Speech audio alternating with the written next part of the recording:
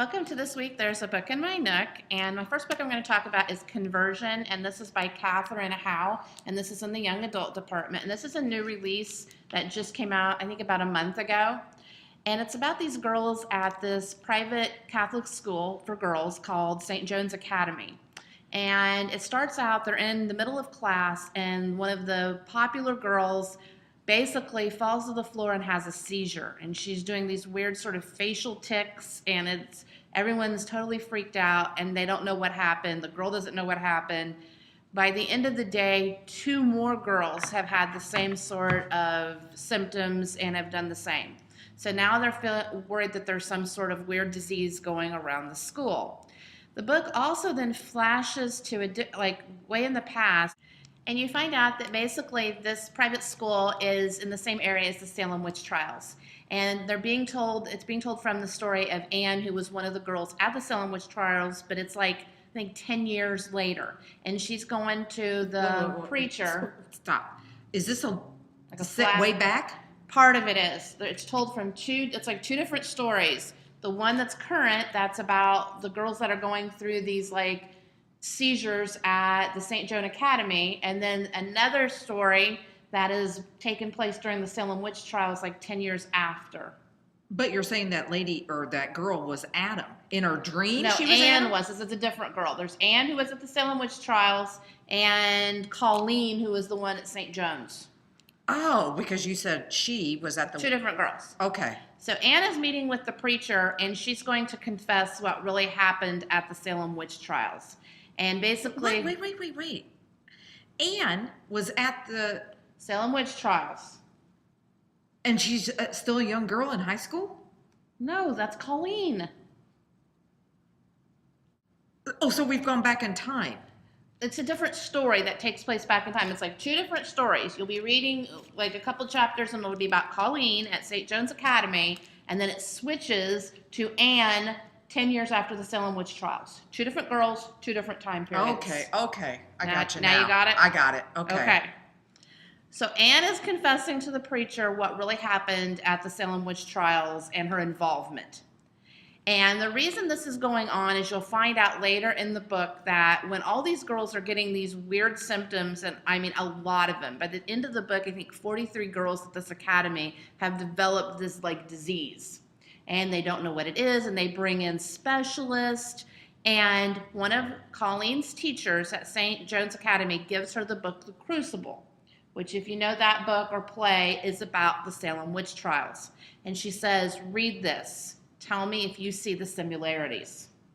Similarities in what? Of the girls going through all these symptoms. And it makes Colleen start thinking, as she reads it, are the girls at St. John's imagining their symptoms or making them up on purpose, because they're all seniors pretty much this is going on with, and all the stress in their life right now with exams and trying to find out what college they're going to go to in, because these are prestigious girls. I mean, they're trying to get into Yale, Harvard, Dartmouth, those type of schools. So Colleen is up to be valedictorian, and she's off by 1/10 of a point. And it is like, she's obsessed about it. I mean, everything she does, she worries about this 1/10 of a point with this other girl. So, I mean, all these girls are major competitive. Mm-hmm. And so are they kind of imagining these symptoms or making them up to get some relief from all the stress by being able to stay out of school for a few days and the media focusing on this? So, because you find out, if you do know about the Salem witch trials, supposedly the Salem witch trials, the girls that were in that made it up. That wasn't true. I don't know if you knew that. The whole thing was made up? Yeah. The 2 main girls started it, made it up so they wouldn't have to do chores, and that they wouldn't Made what up? That they were witches? That they were possessed by these witches. And they named women in their town as witches when they weren't. And 18 women... And how did that get them out of chores? Because everyone was afraid of them.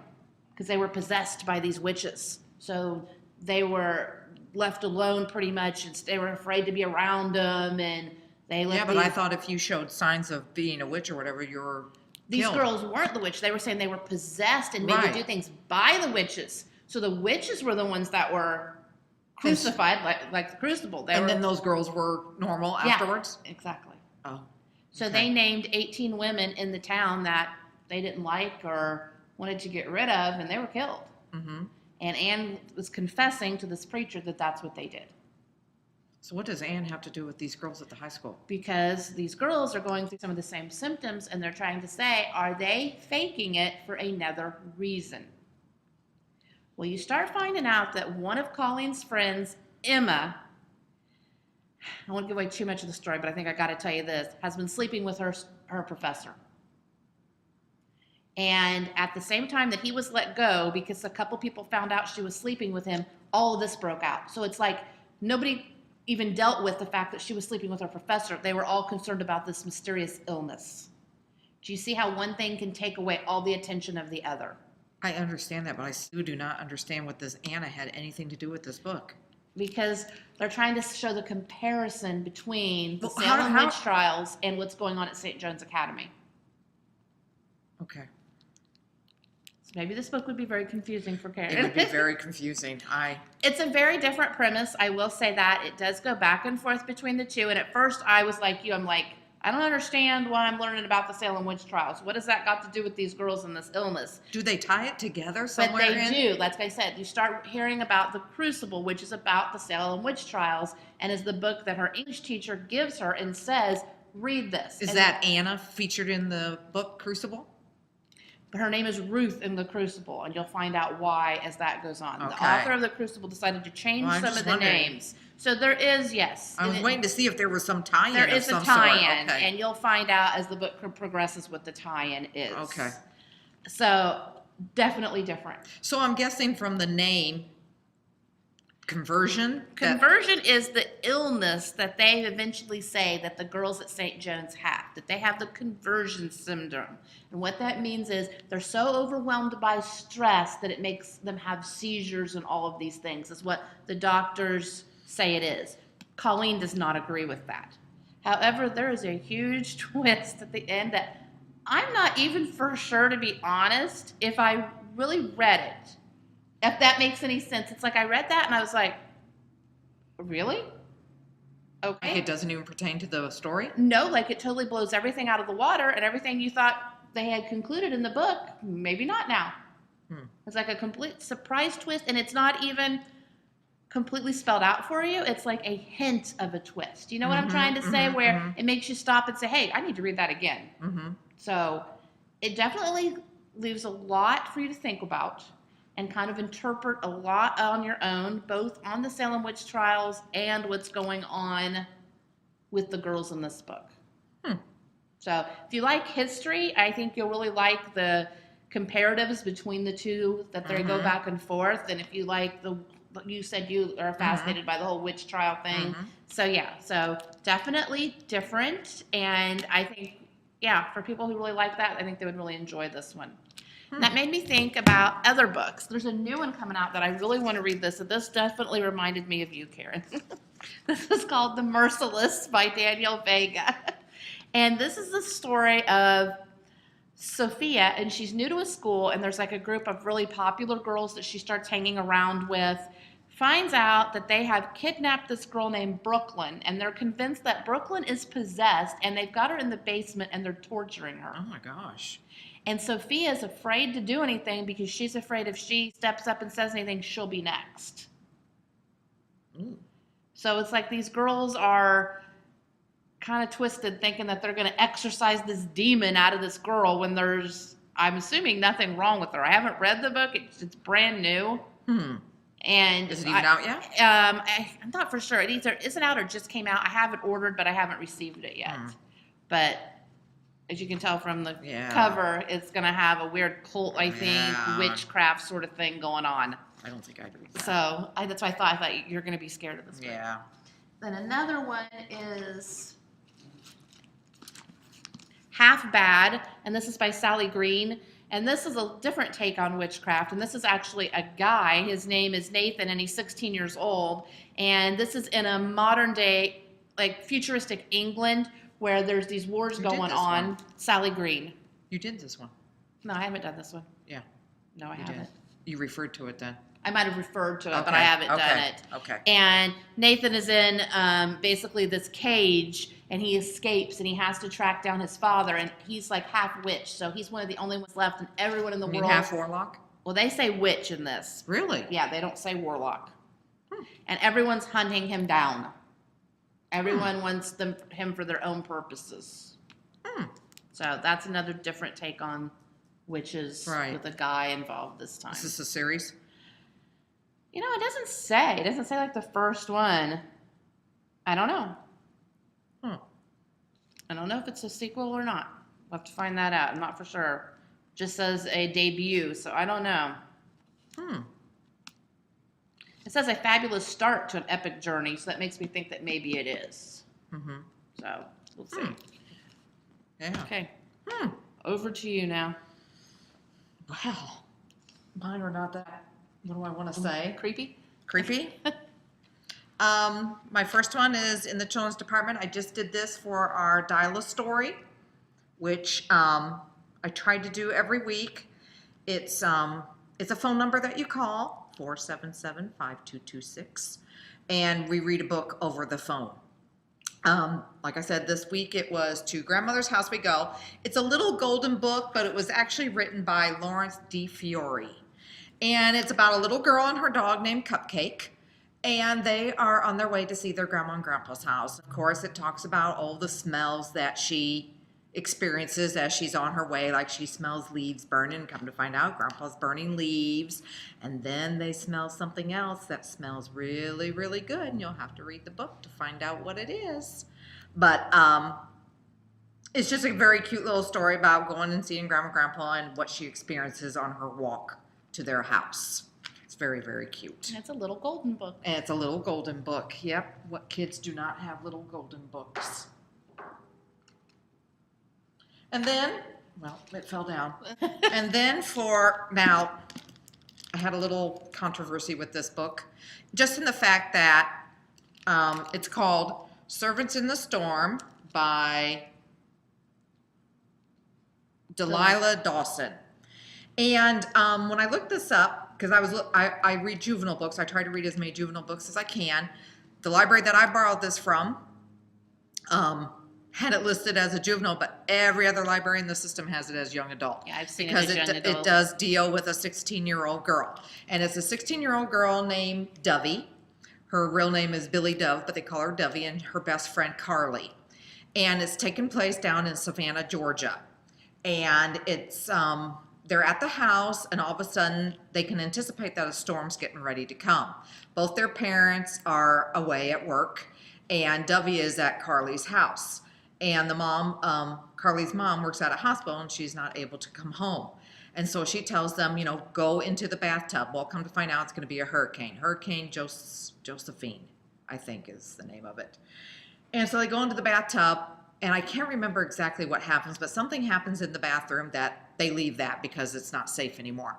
And so the only other place that they can think of to go is because water is starting to rise in the main living area of the house, they decide to go up to the attic. Well, that's probably the worst place that they could have gone, because while they're up there, they go into a back corner, and all of a sudden a tree limb breaks through the roof, and the next thing you know, Carly is falling through the hole in the roof, and Dovey watches her go downstream. Oh no, that's in the water. Horrible. Yep. And of course, the storm subsides. Dovey goes home, and she's just out of it, because she watched her friend die. And she's pretty well out of it, and she's just kind of numb. And all of a sudden, when she goes to the funeral, she's sitting out in the group of people and doesn't even want to go up to the casket. But finally, somebody nudges her to go forward, and when she looks into the casket, you don't realize it at the time. All it says at that time when they're talking about is that she screams. But you don't know why. But you don't know why. And a stranger comes up and whispers something in her ear that nobody could see. As you find out later in the story, she saw something in the casket that nobody else could see. So later on in the story, when she screams at the casket, they decide that she has totally Lost gone bonkers. And so they put her on medication. And she basically loses a year of her life because she just cannot remember a year of her life. And then she starts dreaming that her friend is visiting her in her dreams. And this friend is asking her, help me, like set me free. Okay. And you don't really know until much later why she needs to be set free. But Carly decides, or Dovey decides, I'm going off my medication so that I can start figuring out what is going on here. And then she starts seeing things that nobody else can see. And it's people that she took for granted as being normal people are now appearing as demons. She's seeing people with animal ears. She's seeing people, and this one, I can't even remember the name of it. It's a Cambion, okay. which is somebody, it's a human, but they've been infested with demon blood. Okay. Through a normal human parent that was infested with demon blood. It's like a carrier. So it's like a carrier, correct. Okay. And what that means is that you are beholden to a demon, but they can't claim you until after your servitude to them. And then when you die, your soul will be given to them. It's a very different, because you have to keep track of a lot of the demons and stuff like that. In the end, I'm really not going to tell you the end, but as you get closer to the end, Dovey, of course, is figuring everything out. And the end is just at the very end, something happens where she ends up in the hospital. She's surrounded by her parents, but you'll have to find out. So, got a twist. Because when she wakes up, something's different. She's not in the hospital for the reason why she thought she was in the hospital. I have a question. I thought usually you got a warning with hurricanes, like days in advance. I can't remember exactly if they gave a warning. You said her mom's at the hospital and suddenly the storm happens. And what's really weird, in this book it describes that hurricanes and natural disasters are really demonic things that demons are actually bringing to the earth. And that is so that they can collect souls, so that they can have people die, and therefore they can collect their souls. Because I guess the way a demon can also possess you is they want to bite off the very top portion of your pinky. And they digest those, and they keep all those bones inside their stomachs. And that's another way that that's what it means, servants of the storm, is that now once they get your pinky, you are a servant to them, and the storm is the demons. Huh. But is it going to be a series, you think, or is it a standalone? Don't know. I could see where it would be a series because, like I said, when she wakes up in the hospital and you read what happens in the hospital, you're thinking, what? I mean, why did that happen when she went through all this other stuff to get to this point? And now it seems like it's the total backwards of why she even set out to do. I was left thinking, what? That's all I said at the end was, That's what? kind of how I did with this one over here. I was like, okay, that's not what I thought. Yeah, because it just kind of ends and you have all these questions thinking, well, what happened? What about this person? And what about this other person? And what about this other person? What happened to them? So maybe it will be a series. I don't know. I don't know how it could be a series, though. Yeah, that was like, there's one point where her friend in this conversion, she starts coughing up balls of needles. Oh. And you're thinking, how do you imagine that? I mean, how do you? Right. And that was the one thing that didn't fit in with her too. Some of the other girls faking seizures and other things, but she's like, how? Well, her mom was a doctor, not Colleen's mom, but the girl who had this happen. And she said, oh, she has this addiction, we think, where she's been eating pins. But the girl's like, I didn't do that. I didn't eat pins. But my mom says I must have, and I don't remember doing it. And it just kind of, you kept thinking, that doesn't seem right. And then when that little bomb at the end, then you're thinking, okay, maybe that's why that didn't seem right. So even though there is that show on TV about strange addictions. Yeah, but they know they're doing it. Yeah. But I mean, there were some really. Yeah, there is, but they know they're doing it. I mean, this girl was like, I don't ever remember any of it. Wouldn't I know if I was eating pins or needles? So I don't know. It was weird. Yeah. Okay, my next one, if I can reach it, is Fault Line by Krista Desser. And this is a realistic fiction. There's no supernatural or witches or anything. Realistic fiction. What's that mean? Realistic, it can happen. This is more. Oh, It's not okay. supernatural, paranormal, Oh, anything. okay, They call okay. it realistic fiction. Like John Green, they consider him realistic fiction. You know, stories that are more about everyday people. Okay. Okay. And this is about Ben, and starts out, he's hanging out in the parking lot of the 7-Eleven with a couple buddies, and this girl gets out of this car, and she makes some sarcastic remarks to him, and he instantly is like really attracted to her, and she's this new girl in school named Annie.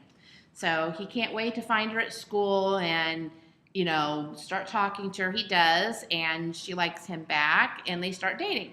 And she's a real free spirit. He's really just swept off his feet. He is. He's really taken with her because she's not like any of the other girls he's ever dated. There's no pretense with her. She's just tells you how it is. She's just very outgoing and so forth. Well, one night there's this party and he doesn't want to go. He's on the swim team and he's always practicing. And she also said that she was going to go with a friend anyway, like for a girls' night. But she didn't invite him to go. And he said, "No, you girls go and have your fun. I'm not going to go." Well, the next day, he gets a call from her best friend, and Annie's in the hospital getting ready to have surgery. And she says, "You need to come. This is really bad." So find out she was gang raped at the party, and they did so much damage that she's having to have some repairs during surgery. Oh, okay. She blames herself because she was drinking. And everyone says that she willingly went upstairs with these guys and was like, "I'm going to be with them and all this." She doesn't remember any of that. And she says she only had 2 drinks. So then they start thinking that, well, it was probably a date rape drug. Mm-hmm. But she still blames herself. Their relationship takes a completely different turn because she's really messed up after this. Mm-hmm. And he doesn't know what to do. He wants to be there for her. He still wants to be there, but the thought of other guys with her. Then they go to school and finds out somebody leaked it and everybody knows. And they're saying that she wasn't raped, that she was willingly with all these guys. So they're calling her names. He gets into fights. He is supposed to be in a scholarship for swimming. He doesn't show up for practices. It's just literally killing him. Mm-hmm. And at first she's real despondent and she cries all the time. And then she does a total 180 and she becomes really sleazy. She's like, "If everyone's going to think this about me, then that's what I'm going to do." And she's cheating on him behind his back. And he's like, "I can't break up with her because what sort of person would do that when she's going through this tough time?" He goes to counseling, and it really shows that obviously the awful effects of the victim, but you know, as someone else, like if it was your husband, if it was a husband, what he was going through with his wife, or a brother with a sister, or a mother with a daughter, or a father, it shows everyone is affected. Her best friend feels horrible because they had gotten to a fight right before that happened. And when she saw her friend going up with those guys up to the bedroom, she didn't stop her because her friend was acting all sleazy and drunk, and she thought, well, this is what she wants, not knowing that she had been probably slipped a date rape drug, and that's why she was acting like that. So she blames herself. I thought when you were given that drug, you black out. Different ones. Some do, but they talk about this one specific drug in here that makes you very promiscuous. It like gets rid of all your inhibitions. It makes you very loose and very carefree and happy, and you're up to doing just about anything. I can see where that may make you like talk to people, but I can't see where it would make you. It does. Really? Yeah, it talks about the name of that one, and that's some of the behavior. It just gets rid of all of your inhibitions. But I remember that author's. That was the one that's based on a true story. Well, I don't know if it was.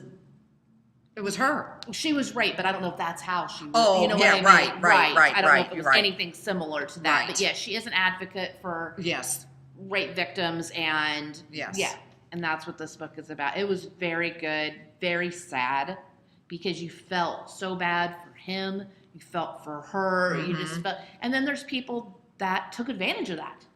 They know that she's messed up afterwards, these guys do, and that she's not acting normal. They go right on ahead, you know. So It's just, yeah, it was very So good, very sad. Does it end like you think it's going to end?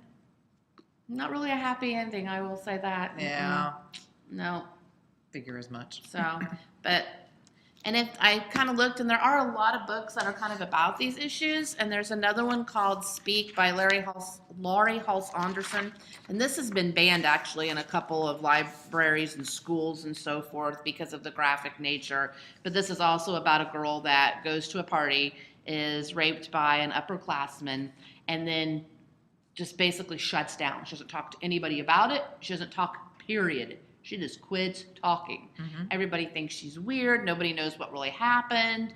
And this guy's in the same school with her, walking around like nothing happened. And this is about her story and her finally speaking up. Is this fiction or nonfiction or?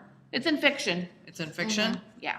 And it's won several awards. And then there's this one. I mean, but is it based on a true story? It never said it was. Oh. Then there's this one called Pretty Girl 13. And this is about 13-year-old Angela. Oh, it's by Liz Coley, by the way. It's also in young adult. And this is kind of a psychological thriller, and it's about a girl who, when she's 13-years old, is abducted. Next thing she knows, she's 16. She doesn't remember anything that happened between 13 and 16. Nothing that happened when she was abducted. She doesn't even hardly recognize herself in the mirror. It's 3 years later, and that whole gap is gone for her. And it's about her trying to figure out what happened in those 3 years. And from what I'm understanding, what she finds out is not good. So it's whether do you want to remember that? Right. Wow. So. So those are my picks this week. Interesting. Movie-wise, I obviously didn't check it soon enough before watching this movie, but this is not the number one movie. In fact, the number one movie right now is Think Like a Guy. Have you heard of that? I've heard of it. Yeah. And then the second one is... Or Think Like a Man. Think Like a Man. Yeah, it's something like that. Right. And then the second one is Captain America Winter Soldier, which I didn't watch either of those. But at the time when I looked to see what the movies were, I had already watched the first two. And so this was the third one, which is called Mom's Night Out. And I thought it looked cute. I do have to say, I looked at the reviews before I went to rent it, and it got like a 5.4 out of 10. I thought, well, sometimes they're better than what the review, right? Yeah, so I thought I'd give it a try. No, it was close to the review. But anybody who's a mom, when you have, and she's got the main character, her name is Allison, and it's played by Sarah Drew. She has 3 very, very young kids. And she just feels like she's a failure as a mom because of the fact that she can't keep the house clean. She can't be everything to everybody when they want her to be. And so she feels she's a failure. I think we all felt like that at one point or another. I'm sure many times. Right. And she just feels like, I'm just doing this horrible job, and that her husband, doesn't love her because his job just requires that he's out of town all the time. And she starts doing a blog, but she feels like she just has nothing to say on the blog, except for the fact that she's just stressed out. And so her husband convinces her, you know what, you just need a night out. Just go out with some of your friends and just let it go. Just let it go. I will watch the kids, which, like I said, he's always out of town, and that bothers her because of the fact that he's never really been around the kids enough to really, that she trusts him. Alone. Right. And he, of course, is still a kid himself because he has a best friend, and they have what they call video game night, where they go and play video games online with each other. And so she's thinking, oh my gosh, yeah, he's going to tie up the kids, and he's just basically going to do video games. But he says, so what? Go out and enjoy yourself. So she coerces 3 of her friends to go with her. One's Patricia Heaton, who plays a preacher's wife. And this is a Christian-based movie. And then her best friend, Izzy, and played by... it doesn't say there. Not listed on there. She must not be important. No, I shouldn't say that. Anyway, So she gets these 3 to go with her. And they go to this restaurant. And she says, I'm here for my reservation. The restaurant's like, we don't have you as a reservation. She's like, no, I have a reservation. Well, let me back up just a little bit. Before they go into the restaurant, of course, they're talking on the phones. And of course, her husband calls her at one point to say something, or she calls to check on it. I can't remember. And she knows it's not good. But she says, you know what? Let him deal with it. We are all going to put our phones away. We're not going to worry about it. We don't want to hear anything about it, whether it's going good, bad, indifferent. We don't want to know. So she puts it in the central glove compartment in between the 2 seats in the front, and they're really reluctant to give up their phones, but they go along with her because at this point she's kind of getting a little stressed out. So like I said, she goes in the restaurant. The restaurant says, we don't have your reservation. Come to find out, she made it for the wrong Saturday. It was for the next Saturday. Well, from then on, it just goes out of control. It's all downhill after that. She goes out to the parking lot. Come to find out, her husband had a situation where he needed to put a bunch of people. She has the minivan. He comes and gets the minivan and leaves her with nothing. So when she leaves the restaurant, the car's gone now. Now she thinks the car's been stolen. Their phones are in the car, and it just spirals out of control. And as you can tell, one point in time, they end up in jail. And you'll have to find out why they ended up in jail and if they do get out of jail. But I do say there were some parts that I just cracked up because been there, done that. And it did, it did speak to me, I guess you could say. But the whole premise of the movie was, first of all, when I go out with my girlfriends, I don't dress in a black dress. And and that's it. She brought out high heels that she hadn't worn in years. And that was her whole point. I haven't worn this stuff in years. I'm going to wear it tonight. And I'm thinking, well, I don't know what we wear. Yeah. Yeah. And I'm thinking, I just think that I think they made the movie a little too far out. Mm-hmm. I think you could have made it funnier without going so far out in left field. Right. To end up with a biker gang and just stuff like that. I think it would have been funnier had they not ended up in jail. It just made it too outrageous. Yeah, too outrageous. That would never happen in a million years, so. We'll say that and we'll hear next week Karen's in jail when she had a girls' night out and she's in her high heels at the jail. If so. Well, first of all, I don't even think I own any high heels, but anyway, that's beside the point. I could be in jail for other reasons. That's true. We do have a conference this weekend. Yeah, that's true. Yeah, so maybe I'll end up in jail up in Chicago. Naperville, look out. Oh, boy. And keeping up with our songs. The songs are still the same as they were last week. Stay With Me, still number 1, Sam Smith. Jason Aldean with Burning It Down for Country. The Fault in Our Stars soundtrack by, and the song featured on there, Boom Clap, sang by Charlie XCX. And then, of course, Nicki Minaj is bringing up hip-hop with Anaconda. And not that this pertains to anything on here, but I was talking to my son and my husband about this Anaconda. And my son's like, oh, if you think that's bad. I know where you're going. Yeah. Booty? Iggy and Jennifer Lopez. Jennifer Lopez. Yeah. Yep. Yeah. My husband said the same thing. And I proceeded to watch the video. Yep. Yes. And so, it makes me wonder. And I even asked my son this. At the time, it used to be that the big thing used to be the top part of a woman. Now you're kind of wondering, is it now the bottom part of the woman? Maybe Nicki Minaj with this song Anaconda has brought. Well, we've had songs about that in the past, though. I like big butts. Well, that's what I mean. Yeah, and I wonder if this is the trend now, if this is the new thing, and maybe, I don't know. It's not my trend, but yeah, I did watch the video, and yes, I was just like, whoa. Yeah. Mm-hmm. I still think Anaconda was a little worse. I think it was worse too, but yes. I've heard other people say they don't think so. Right. But I do think it's worse. Yes. I do too. Yes. And I like I said, I don't think you need to have that kind of video to promote this song. My whole thing was, and I can say I'm a prude, I'm being awful about this, but how old is Jennifer Lopez? 45. She's got kids. I mean, 45, come yeah. on. Yeah, like what, 3-year-old twins or 5-year-old twins, Yeah, something like that? and I'm not saying she doesn't look great. That's not what I'm saying. Right. But I'm saying, it's bad enough when you've got, Iggy's what, 22, 23? Right.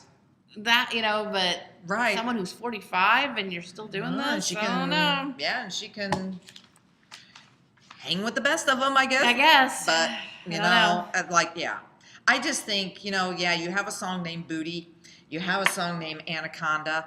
I think you can find a different way to get your point across. I just... Well, it's all about the bass. There you go. Well, see, and that's what I mean. It's a trend. I think this is a But trend. that's a hell of a lot cleaner. She's Right, getting that right. message across without doing that. That is She's true. made it lighthearted, fun, kind of funny video. But then we had that talk about it's all about the bass. That a lot of people think They it's were offended. bashing. Like bashing skinny people. Yes. So Somebody's always going to get offended. this is true. You're not going to make everybody happy. Right. That's true. But Karen should know she offends a lot of people. That's true. That is true. So never going to make everyone happy. Yeah. What makes you happy, I guess. Yeah, I guess that's true. Yeah, I probably just offended everybody by calling Jennifer Lopez out and all that. Yeah, I did too, so. Oh, well. So you'll have to check back next week after a conference, find out if Karen ended up in jail and what new authors and books we came across. Maybe Yes, because we are both moms, and it will be like Mom's Weekend out. Yeah. So we might have to do a special back from the conference edition and tell you about what new books and authors we heard about there and what we thought was interesting. So until then, see you next week. Enjoy your books, movies, and music.